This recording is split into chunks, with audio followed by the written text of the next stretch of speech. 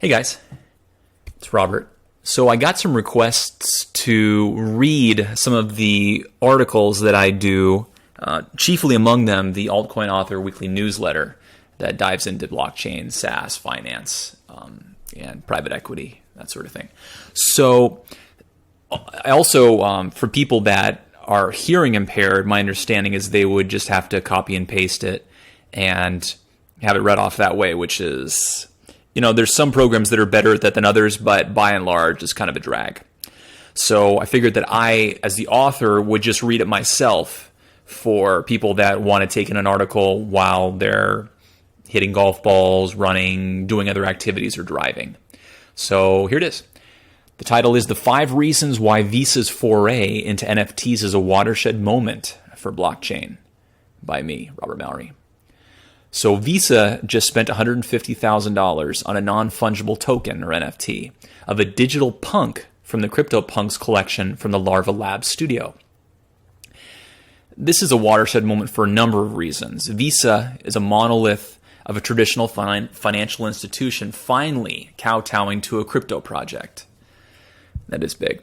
Visa, the traditional financial USD fiat-dependent institution, have long been antithetical, this and in other ones, to any type of cryptocurrency or blockchain developments. The growth of this ecosystem takes away from activity in the traditional antiquated financial markets, of which Visa has a considerable stake and vested interests in its continued utility. And then number 2, it's a huge PR boost for Larva Labs and the use case of expensive art on the blockchain. While most NFTs are less than $100 in value, there are also a handful of projects that see 6-figure sales as a regularity.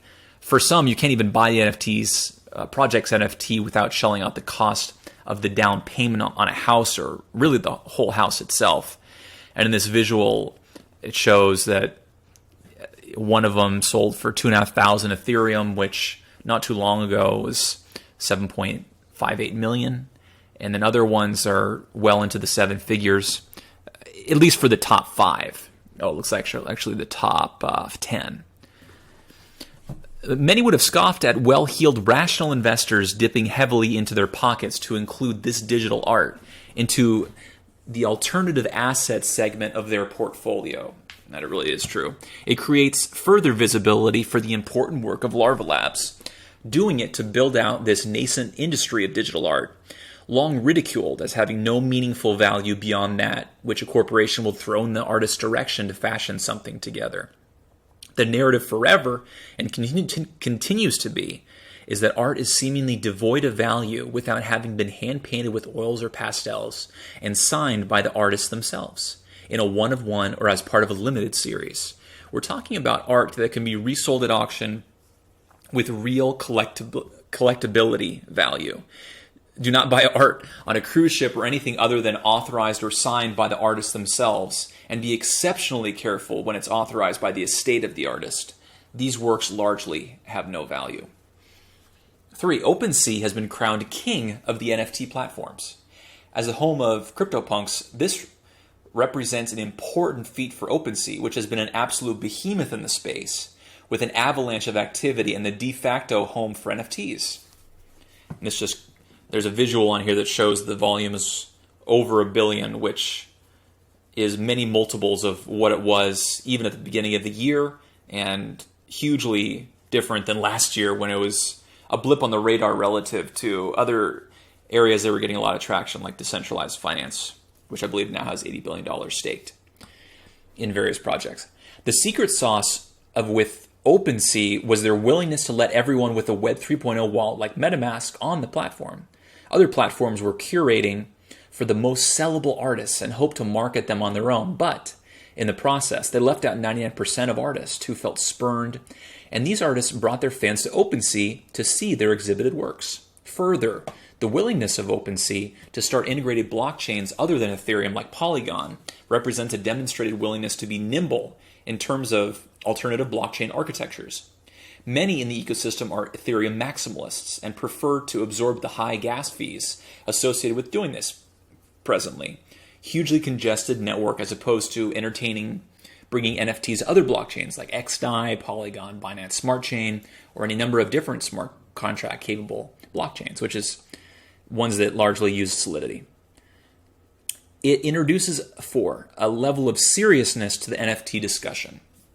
For years, the NFT community was mocked, slighted, and any committed artist to this space was seen as scraping the last dredges of monetization to support their fledgling art, to debase themselves to hawking NFTs, the ultimate belittlement to corral what could be collected in terms of an earnings. Well-known contemporary artists would not lower themselves to introduce an NFT offering, much like film actors for the longest time looked down upon TV work as often embarrassing to have to take on, the sign that one's career was on the descent rather than ascent. Now it seems every major movie star either is in a TV project for Netflix or another production company, or their in-house production companies have a TV project in the works. Hopefully, NFTs continue to enjoy a shift of this scope. It's perfectly rational, however, that if someone is given a one-person show in the Chelsea Art District of Manhattan, that one would immediately take it. And that's what Damien Hirst and other contemporary art visionaries regularly do. It puts them in front of an elite set of art buyers who appreciate the one-on-one experience of interfacing with an artist to learn a bit of their style, but also revel in the flattering attention that whales in the art collecting market demand and enjoy. They get it because they buy these hugely expensive pieces. Artists do this, but they are also doing NFTs as well. And in the article, it shows a side-by-side of Damien Hirst, who's one of the highest-selling contemporary artists that's living, alongside a traditional gallery that's selling prints to the gallery, which will very likely sell out of that gallery and will split with the gallery. And then you have him doing his own thing with his partners, I assume, but doing about it through NFTs. So 5. It introduces NFTs to, effectively, the world. The number of people who have a Visa card is jaw-dropping. 353 million in the US, 803 million outside of the US, and cumulatively that amounts to 1.141 billion people. And how do you get a Visa card? You have to be of age, so that excludes kids, which there in a lot of countries, kids outnumber people 2-1 for people that are under 18. So, you're effectively having every other adult with a Visa card in their wallet in some form. And then you have a certain number of countries that, they're unbanked. So really, this is the whole Western world. Visa's efforts to trumpet their foray into the space is illuminating NFTs on the world stage in a way that crypto enthusiasts and mass adoption advocates have been pining for since the birth of blockchain. And on the article, I show an example of essentially Visa trumpeting this investment in the Cryptopunks on all of their social media, which is getting a huge number of retweets, comments, and likes. Instead of introducing NFTs to the world through the prism of why would someone buy or pay $69 million for an image you could copy and paste to your desktop for free, you're seeing, wow, it looks like even long-standing mainstream financial institutions are relenting to the pressure to be seen as first movers in tech, with the hopes of earning some level of accompanying positive press praising their forethought. Maybe there's something to this blockchain deal. This does much to change the collective narrative. I do a fair amount of content crafting, consulting, and coding for an NFT-focused project, the NFTs DAO. And my experience with them and having owned NFTs since the CryptoKitties craze of 2017, I have a few thoughts on NFT as an asset class. One, it's speculative and less wrapped with a token or instrument of range-bound value. The value of these assets is largely a function of which prominent accounts are trumpeting a project's praise. So essentially what I mean by that is there are whales that a lot of people listen to, and it's the spokes in the wheel. They're the spokes, and their followers are the wheel. So they're essentially setting up and moving along the machinations of that dynamic. So there are many Twitter accounts that are well regarded and invest a full-time effort into finding high-value, low-cost NFTs, collecting a great many of them, and then singing their praises. This is the essence of investing through social proof. And we think about social proof, like you won't go to a restaurant a lot of times, or certainly not take a date there if you haven't been there yourself, without going to TripAdvisor or Yelp and these sites and then checking to see, is there a lot of 5 stars? Do I believe what's being written here, or does it seem like it was paid for, manufactured? And do I believe, what I'm saying? And I think largely people will go to images. Images, it's tough to lie with an image. You can only distort it to a certain amount. So people will use social proof and then their own eyes to judge a place or a project in this circumstance. Winners have many fathers, but failure is an orphan. In the eye of an investor, the likelihood that when an analyst makes a prediction about a project, then it's a bullish sign. While, as every disclosure likes to broadcast, past performance is not indicative of future success. It is often a better bellwether than taking a random member of the population. They had that experiment back in the 20s where they had a monkey throw a dart on a newspaper, and they did as well as analysts. So even in the financial markets, you're going to have to be able to beat the market over and over again. I think there's just a small number of people that could reliably say that they've done that, Warren Buffett and people that have been hugely successful. But by and large, individual asset allocators or hedge fund managers or portfolio managers of any stripe will not, in 99.9% of cases, beat an index on a year-to-year basis, which is why it's so popular to just jump into an index fund and try to stop or throw up your hands in terms of timing the market or doing your own due diligence, unless you're in private equity, I would say. Back to the article. Cops will tell you that past behavior is the best predictor of future behavior. And in the venture capital world especially, a major consideration is who is the leadership team and who is investing in the company. If either the leadership or early round investors have an impressive track record, then more investors feel comfortable with sticking their necks out and tossing their capital in a project's direction. Sophisticated investors often like to bet the jockey, even over the horse. That is to say, if there's a really impressive leader at the helm of a company that's just marginal, they're still going to invest in the company, both because the company may be trading for a discount and because they trust the executive to be able to pull off from the confidence chiseled from past successes and right the ship, resulting in, obviously a handsome multiple for all investors that went out on a limb. 2, artists need to be visible. I see many artists that want to churn out a few dozen interesting looking works and then sit back as the perceived tsunami of royalties and sales sail in. Doesn't work that way. You can be sure about that. There are many undiscovered artists who are creating absolute masterpieces, but they struggle as to how to even put hashtags in their tweets to get in front of eyeballs or navigate Google AdWords to promote their art. Some people are so myopic but really good at what they do that they're kind of limited in that way. The most successful artists have professional representation that help them piece together professionals that can grease the wheels on getting traction on the locomotive that hopefully becomes their freight train of a career. One doesn't have to be polished enough to do a TED Talk on the nuances of their artworks, meaning in the context of the broader art movement, with which they most closely identify. It doesn't even have to be an academic bent to the way that one explains one's art. Rather, I've observed that people just want to see an artist speaking confidently and intelligently on why they made what they did. Collectors like to see who is behind a particular work of art and what it means to them. If it means resonating, if the meaning itself, resonates with the art enthusiast, then they'll likely look at buying it. Introducing visibility is an exercise really well worth undertaking. For those that feel intimidated of others, fearing that they're going to be put on blast on the spot in a confrontational way by a passersby, demanding that artists justify themselves to him as to why, as the artist, one is asking for hard-earned $100 bills from your pocket for your drawing when he spent days or weeks to earn them, it really isn't that bad. And it can get that bad, but very often not so.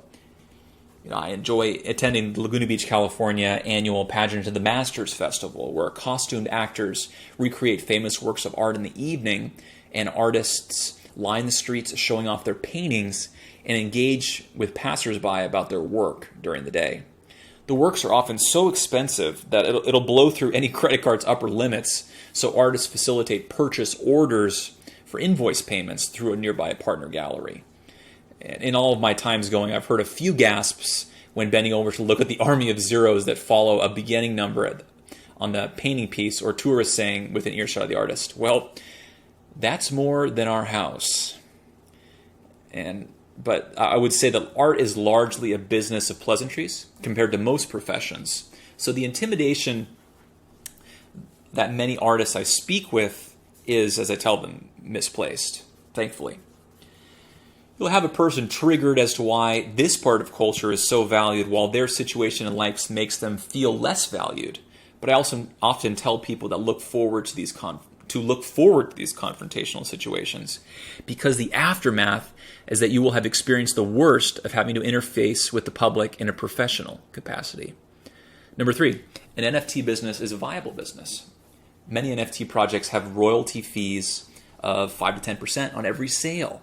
This is a digital type of Droid Suite or artist resale rights that returns value to the artist with each transaction. This creates a permanent and recurring incentive for artists to make a splash in popular culture, in the art world, and essentially extends the freedom to them to have a baseline passive income while they're crafting more pieces and building their prominence in their chosen niche of the art world. This royalty structure is also why European artists have a comfortable retirement reserved for the south of France or Spain, with the active resale of works painted in their youth bearing fruit for the comfort of their retirement. No such law exists in the US and most all of the rest of the world outside of Europe, except for Australia and the Philippines. The California Resale Royalties Act, which mandated a 5% royalty rate for works over $1,000, was ruled by the Federal Ninth Circuit Court to have been federally preempted by the Copyright Act, which affords no such royalty provisions. These royalties minted in smart contracts do more to protect artists than most of the world's countries. Almost all of them, really. Largely because it's the artists themselves who are coding these NFTs. And NFT studios like NFTs DAO earn a handsome slice of the earnings of all NFTs minted and sold by the artist. Keep in mind that NFTs are not limited to visual images, but increasingly music and video are being integrated into powerful NFTs that share royalties with NFT holders. Podcast hosts will mint an audio NFT and distribute rewards earned from advertisements or offer other perks, including sometimes extended copyright rights to the holders of these NFTs. We could be in a situation where a brand likes the song of an artist and they have sold the rights to the song in an NFT, although this is not as common. But should you want to license the use of a song, you would have to buy this NFT from its present owner, earning a healthy profit from the NFT holder as well as the musician through the royalty structure. So, when they sell it again, a percentage goes back to that original artist. The vast majority of the cases, an NFT is actually more of a licensed use of it, just like when you buy a print from the estate of Andy Warhol, you're getting the estate itself that's stamping its approval to have this image, but you don't have the Andy Warhol image of Marilyn Monroe to your own disposal. So you have to be careful about the nuances of that. The possibilities outside of visual art is considerable, and the floodgates are already starting to burst, with top electronic and hip-hop musical artists dipping their toe into the markets. You may have seen where Mila Kunis' NFT project requires that you own the actual NFT in order to access the Stoner Cats cartoon content. So if you listen to Dax Shepard's podcast, she went on with Ashton Kutcher and really did a deep dive. And clearly she has a very keen understanding of blockchain, as does Ashton. I think Ashton has a fund for NFTs themselves in addition to another Bitcoin fund. And this is just a work of art from one of the artists of NFTs DAO. So the allure of this model is not only do you have access to your desired cartoons, community credibility that you've invested in the space through owning the NFT, but you also stand a good chance of seeing appreciation on your NFT as a result of the supply-demand imbalance between the number of people that wish to watch the cartoon adjust versus the number of people that have tokens that afford such privileges. So consider this. When you buy a concert ticket, the actual ticket stub post-concert effectively holds no value beyond what you can sell it for on eBay for nostalgia's sake, or if it was historically significant, like a ticket to Woodstock. rather than losing 99.9% of the value immediately after the show, with NFTs you can retain a good amount of value and possibly see an appreciation, and that is powerful. Stateside, you're seeing A-list celebrities like Mila, going in first in NFTs because any other avenue of crypto, like decentralized finance, DeFi, is a securities laws nightmare. Only huge blockchain projects presented by billionaires in Gemini or FTX are able to come to the table with the government relations, compliance, and securities lawyers' budget of the type of magnitude to attempt to operate in the US. FTX says flat out in their platform's token that their platform's token is not for sale to Americans under any circumstances. This speaks to the thorniness of securities laws and the antithetical stance that securities companies are taking to all things blockchain, seeing it rightly as an intruder in the security space impugning upon their territory. Western Europe, Asia, Australia, and Canada are more hospitable, and that's where most of these projects are based, with Singapore, Hong Kong, Spain, and Portugal being particularly popular. Hong Kong less so after China's kind of trying to annex it by force. If you're interested in NFTs, check out the NFTs DAO, which is just nftsdao.com. This newsletter, which I have on Medium, LinkedIn, Substack, Publish 0x, and I think that's it. OpenSea, and your favorite crypto periodical for the latest developments. If you like this article, send it to a friend. So if this was useful to you guys, let me know in the comments, and I'm happy to do these for all forthcoming articles. And if there's any topics that you want discussed, I'm happy to do that. It's just NFTs are just so hot right now. And I think it's different than the earlier part of the year because earlier part you just had all the focus on Beeple. And with Beeple, he had that big number associated with the Christie's sale. But if you look at Christie's auction house, this figure is not, it's up there, but they regularly have sales of this magnitude. And out of New York, you can get a lot of art loans. So I think this was an interesting situation. But I think what's far more interesting is the huge number of projects on OpenSea that are getting the traction that they are now. And the fact that this is more distributed and more all-encompassing makes it much more of a profound impact than anything else. But if you want more videos about DeFi, about Ethereum virtual machines, about cybersecurity, attacks, this is a particularly good one. Chris Bleck is really knowledgeable. And of course, doing more interviews to AI professors like this gentleman is, and that sort of content that focuses on the blockchain, but also early tech, then I'm going to be doing that more regularly as well. And I have one slated for this week and the following week. And we'll be doing a few more on trading itself. You can follow one of the trading accounts that I work with at Rect, and they'll have some more trading tutorials on, I guess it would be FTX and a few other big ones that have perpetual funding and calendar futures. And trying to decipher what's going on, but also have a humorous bent on it all.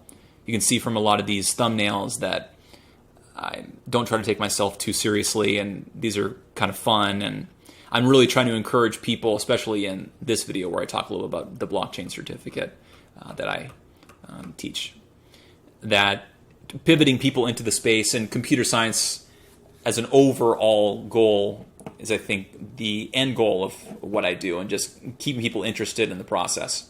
So thanks for staying subscribed to the content, and if you would, send it to your friends, and I'll try to grow this channel as much as I can. Thanks, guys. Have a good one.